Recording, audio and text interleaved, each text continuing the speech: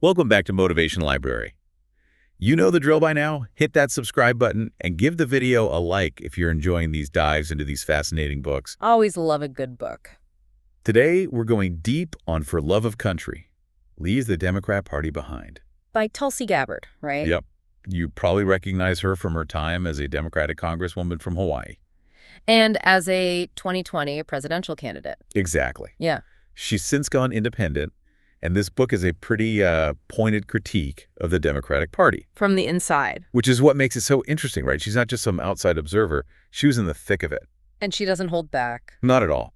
She basically argues that the party's abandoned core American values and has become, as she puts it, a threat to freedom.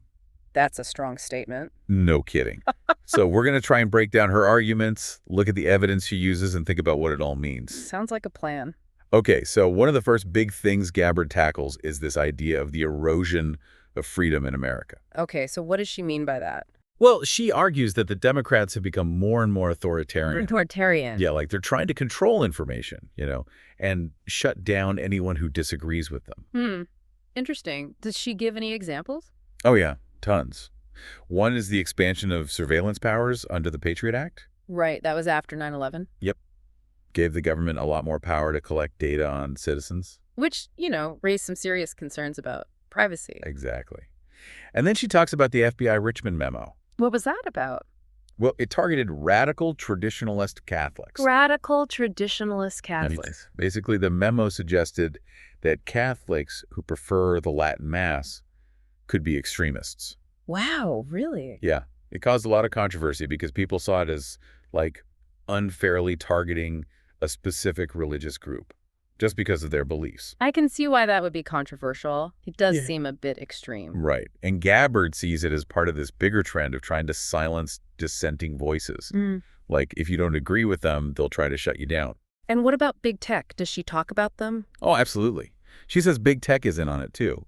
Censoring certain viewpoints. She talks about the Twitter files. Right. Those internal documents that came out. Yeah.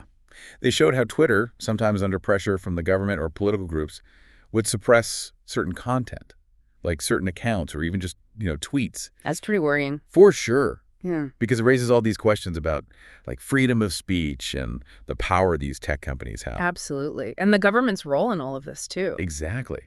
Gabbard argues that if we let the government or these big corporations decide what information we can access and what opinions we can express, then we're on a slippery slope towards authoritarianism. And history has shown us that that's a dangerous path. Yeah, there have definitely been times when the U.S. government has overreached and suppressed dissent. Like in the 1970s with the Church Committee. Right.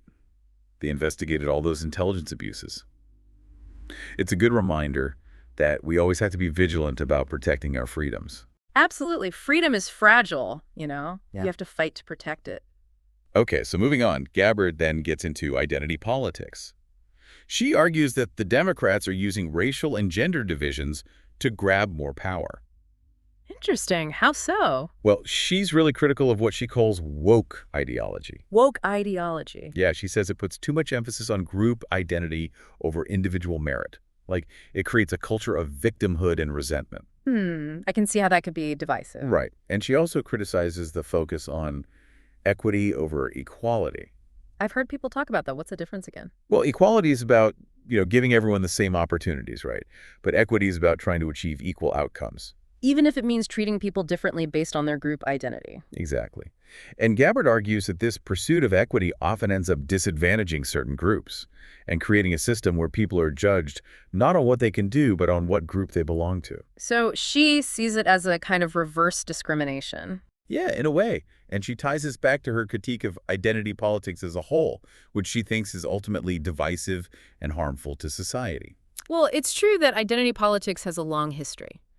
And it's had a significant impact on various social movements. Right, like the civil rights movement and the feminist movement. Exactly. They were all about empowering marginalized groups and fighting for equality. But Gabbard argues that it's become distorted. Political parties have weaponized it to create division and hold on to power. That's a pretty cynical view. Yeah, but it does make you think about how we balance the need to address historical injustices with the principle of treating everyone fairly. regardless of their identity. No easy answers there. It's a complex issue for sure. And it gets even more controversial when Gabbard talks about the transgender movement. Oh, how so? Well, she criticizes the movement for denying biological reality.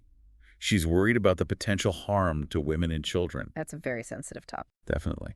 Gabbard, with her military background, talks about how the military has always had these clear physical standards for, combat effectiveness and stuff.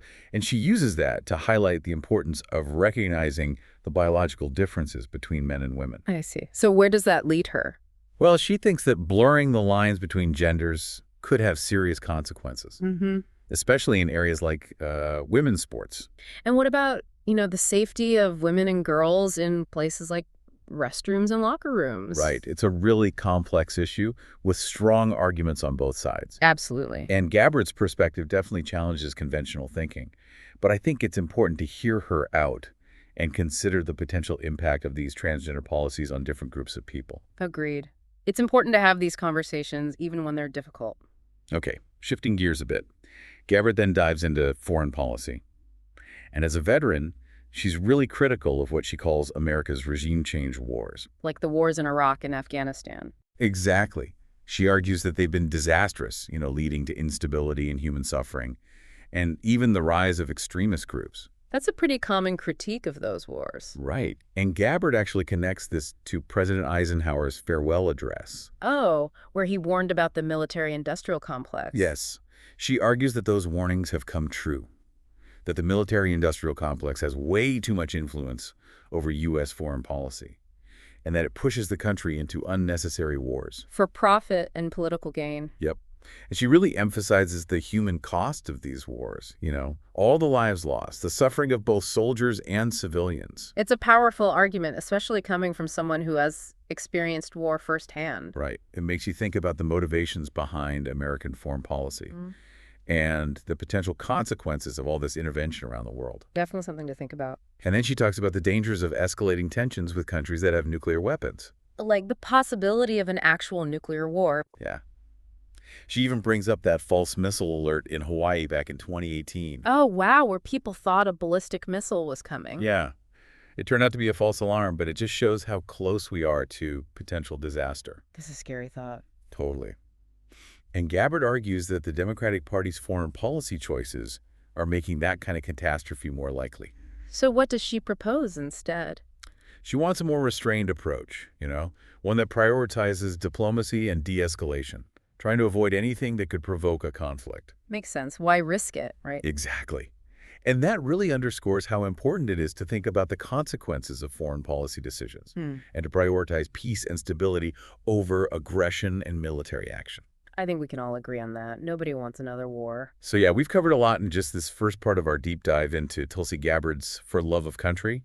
She's raised some serious questions about the direction of the Democratic Party. And its impact on America. Exactly. We've seen how she uses her own experiences as a politician and a veteran to back up her arguments. And we've started to think about the potential consequences of what she's saying. It's definitely given us a lot to chew on. Welcome back to Motivation Library. We're picking up where we left off with Tulsi Gabbard's For Love of Country and her really sharp critique of the Democratic Party. She didn't pull any punches, that's for sure. One thing that really struck me was the feeling of, disillusionment.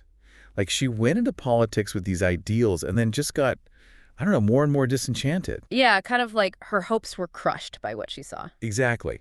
She talks about this incident with Congressman Ed Case that really illustrates that. What happened? Well, she says during a campaign, Case basically tried to use her father's faith against her. Right. Like implying that her religious beliefs meant she couldn't be a good representative. Wow, really? Yeah. And for Gabbard, it was just, another example of the kind of political maneuvering that goes on, the, ruthlessness. Yeah, like the ends justify the means. Exactly. And she suggests it's not just isolated incidents. It's like this whole attitude among the Democratic elite. Like they look down on people of faith. Like they think religious people are backwards or something. Right. And she says that feeds into how the party treats religion in general. Like they're not just indifferent, they're actively hostile. Trying to push religion out of the public square? That's what she argues, that they see traditional religious values as like an obstacle to their agenda. Well, that definitely resonates with some people, the ones who feel like their beliefs are under attack. Exactly. Okay, let's talk about the media. Always a fun topic. Huh, right. We all know there's media bias, but Gabbard takes it a step further. She basically accuses the media of being in cahoots with the Democrats, like they're their propaganda machine. Whoa, that's a pretty strong accusation. She argues that it's not just bias, it's that they're actively shaping public opinion. And they try to silence anyone who doesn't agree with their narrative. Does she give any examples?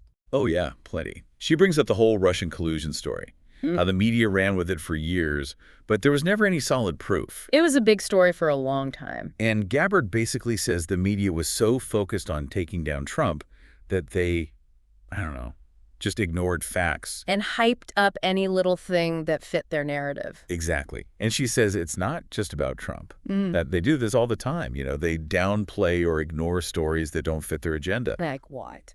She mentions stories about crimes committed by illegal immigrants or the downsides of identity politics. So she thinks they're more interested in controlling the story than reporting the truth. That's her argument, that they're using their platform to push a specific political agenda. And what about big tech? Does she lump them in with the media? Oh, absolutely. Yeah. She says they're even worse, in a way, because they have so much power, and they're using it to censor conservative voices, you know, Yeah. and manipulate algorithms to promote certain viewpoints. That's a big concern for a lot of people. And she ties it back to that whole idea of the left wanting to control information and shut down anyone who disagrees with them. Yeah. It's like this hypocrisy, you know? They talk about diversity and tolerance, but then they try to silence anyone who has a different opinion. I see what you mean. And it's not just politics. Gabbard thinks these forces are shaping our culture, too. Like, she spends a lot of time talking about the push for transgender acceptance. That's a hot-button issue for sure. And she's not afraid to wade right into the controversy. She's concerned about the impact on women and children, and she questions some of the medical treatments used for gender transitions. That's definitely going to ruffle some feathers. Yeah. She even brings up these transition closets that some schools have, where kids can change into clothes that match their gender identity without their parents knowing. Wow, I haven't heard about that. Right. And for Gabbard, it just shows how fast this issue has gone mainstream. And she's worried about the consequences. Well, it's certainly a complex issue. And she sees it as part of this bigger attack on, you know, traditional family values. She talks about the breakdown of the family and how it affects society. That's a common theme in conservative thought, right? Yeah. The importance of the family. Right. And then she gets into the unintended consequences of woke culture. Like she says the goal is to promote inclusion and understanding, but it's actually creating more division. How so? She says by constantly focusing on differences, race, gender, sexual orientation, it's pitting people against each other. Instead of bringing them together. Exactly. And it makes you wonder, you know, are these movements actually making things worse? It's something to think about for sure. And then there's political correctness, which she sees as a form of censorship. Like it's stifling debate and shutting people down. Because they're afraid to say the wrong thing. Right. And she thinks it's creating a culture of fear where people can't express their true feelings. And it goes beyond everyday conversations, right? Totally. She argues it's infiltrated everything, schools, universities, the government, and it makes it harder to have open and honest discussions about important issues. And it's like everyone's walking on eggshells. Yeah, exactly. She even talks about how comedians are being targeted for their jokes, and she sees that as like stifling humor and free expression. It does seem like there's less tolerance for edgy humor these days. And what's even scarier, according to Gabbard, is that this ideology is spreading around the world. Like, what we're seeing in America is being exported to other countries. That's what she argues. Wow. These ideas are coming out of American universities and activist groups and then spreading through global institutions like the UN. Wow. And she thinks it's having a negative impact. She compares it to a virus spreading from country to country. That's a powerful image. And she sees it happening in education, too. She's worried about how these ideas are being taught to kids in schools, like they're being indoctrinated. Instead of being taught how to think critically. Right. She worries that they're being taught to see the world only through the lens of race, gender, and oppression, and that they're not focusing on basic skills and knowledge. Well, that's a concern for a lot of parents. Definitely. But maybe the most alarming example for Gabbard is how this ideology is getting into the military. She's really troubled by that. Why? Because she believes the military's job is to defend the country, not to promote social justice. And she thinks this focus on woke ideology is hurting military readiness. Like it's creating division and distracting from their mission. It's interesting to hear her perspective on that, given her military background. So we've talked about a lot of problems that Gabbard sees. But the question is, what are the solutions? What does she think we should do about all this? Yeah, does she offer any answers? She does. Yeah. But she doesn't pretend it's going to be easy. She says we're facing a real crisis of values, of leadership, of national identity. That's a pretty bleak assessment. It is. But she doesn't leave us feeling hopeless.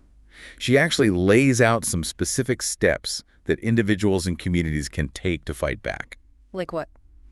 She says people need to get involved in their communities, speak out against injustice, support leaders who share their values, and hold those in power accountable. So it's about taking action, not just sitting back and complaining. Exactly. It's about recognizing that you have the power to make a difference. And if enough people stand up and say enough is enough, then we can start to change things. It's a message of empowerment. Totally. Right. And it's a call to return to what she sees as, the founding principles that made America great. Welcome back to Motivation Library. We're wrapping up our deep dive into Tulsi Gabbard's For Love of Country. This book has taken us on quite the journey, huh? Yeah, she really covers a lot of ground, and she doesn't shy away from anything. It's true. It's been pretty intense at times, but also really thought-provoking. I think what impressed me most was just her willingness to, put it all out there, even if it's controversial. She's definitely not afraid to speak her mind, and that's what makes it so interesting, It's not just the same old talking points. You really get the sense that she's wrestling with these big issues, and she's being honest about her struggles. Yeah, it feels very genuine, and even if you don't agree with everything she says, it's worth hearing her perspective. Absolutely. And it forces you to think critically about your own beliefs, to challenge your assumptions. That's the whole point of a book like this, right? Yeah. To spark conversation and debate. Okay, so in this last part, let's focus on some of the specific areas where Gabbard really drills down into her critique. Sounds good. One of the things that really stood out to me was her discussion of the war uniparty. The war uniparty, what's that? It's her term for this, like bipartisan consensus in Washington that just keeps pushing for more war. Like it's the only option. I see. So she's saying it's not just one party or the other, they're both in on it. Exactly. And she's especially critical of the neoconservatives and neoliberals. She thinks they're the ones driving this whole interventionist foreign policy. Which, has led to a lot of disastrous wars. Right. And it's not just about Iraq and Afghanistan either. She's also worried about the rising tensions with, China and Russia. It does feel like things are getting pretty tense. She thinks we're heading towards a major conflict. And she argues that we need a complete overhaul of our foreign policy approach. So she's not just calling for tweaks here and there. She wants a whole new strategy. That's what she says. And what makes her arguments so powerful, I think, is that they're rooted in her own personal experience. Like she tells this really moving story about her time serving in Iraq. What happened? She saw firsthand the devastation that war causes, the loss of life, the suffering. And it clearly had a profound impact on her. I can only imagine. It's one thing to read about war in a book, but it's another thing to experience it directly. Absolutely. And it makes her call for a more peaceful, diplomatic approach all the more compelling. Okay, let's switch gears a bit and talk about illegal immigration, another controversial topic. Ooh, yeah.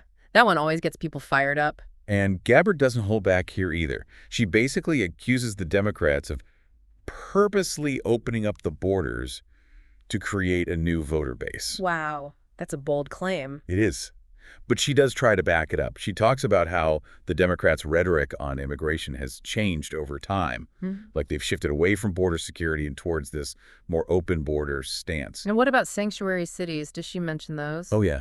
She sees that as a way of, encouraging illegal immigration. And she ties it back to this larger trend of demographic change in America. The country is becoming more diverse, that's for sure. Right. And Gabbard suggests that the Democrats are trying to use these demographic shifts to their advantage politically. Interesting. So she sees it as a power grab. In a way, yeah. She even brings up the Great Replacement theory. Oh, wow. That's pretty controversial.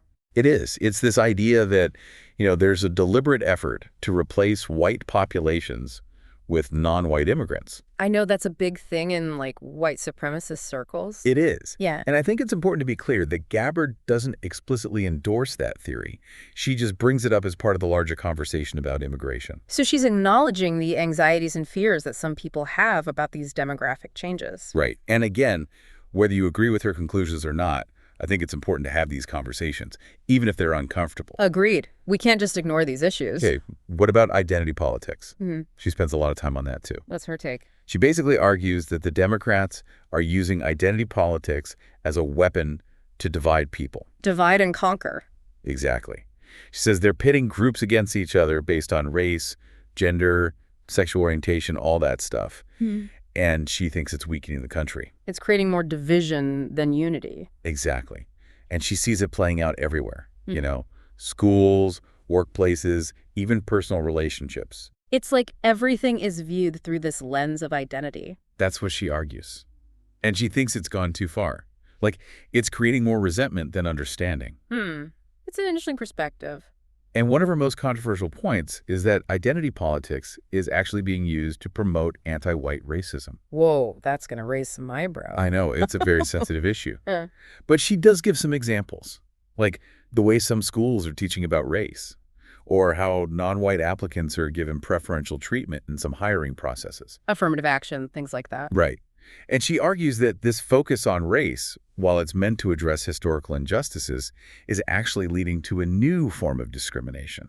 Where people are judged based on their skin color, not their qualifications. Exactly. And again, it's a difficult conversation to have, but I think it's important to be able to talk about these things. I agree. We need to be honest about these issues. Okay, let's move on to her critique of the media and big tech. She basically argues that they become enemies of free speech. She says they're actively silencing dissenting voices, and they're trying to control the narrative, like what information gets out there and how it's framed. She's talking about censorship. Right. And she provides a lot of examples, like the suppression of the Hunter Biden laptop story, shadow banning of conservative accounts on social media, manipulating search results, all that stuff. That's pretty scary, if true. And she argues that it's not just about politics, that this censorship is affecting every area of our society, science, health, even entertainment. Like what we're allowed to watch and listen to. Exactly. And she's particularly passionate about this issue because she says she's experienced censorship firsthand. Wow. So her point is that these big institutions, with all their power and influence, are stifling debate and creating an environment where people are afraid to speak their minds. It's like a chilling effect on free speech. And she sees that as a direct threat to our democracy. It's interesting that she brings up religion, too. Oh, yeah, she talks about that quite a bit. She's a devout Hindu, and she talks about how important faith is to her. But she argues that the Democratic Party is waging a war on religion. A war on religion. That's what she says. And she doesn't just mean Christianity. She thinks they're hostile to all forms of traditional faith. Like, they're trying to replace religion with a secular, progressive ideology. Interesting. Does she give any examples? Oh, yeah, tons. She talks about how they're trying to remove religious symbols from public spaces, their support for policies that clash with traditional religious beliefs, how they demonize people of faith. Wow. It sounds like she feels pretty strongly about this. She does. And she even shares this story about how she was personally attacked for her own religious beliefs during her presidential campaign. That's awful. It is. Yeah. And it shows how religious intolerance is becoming more and more acceptable. And that's something that she's deeply concerned about.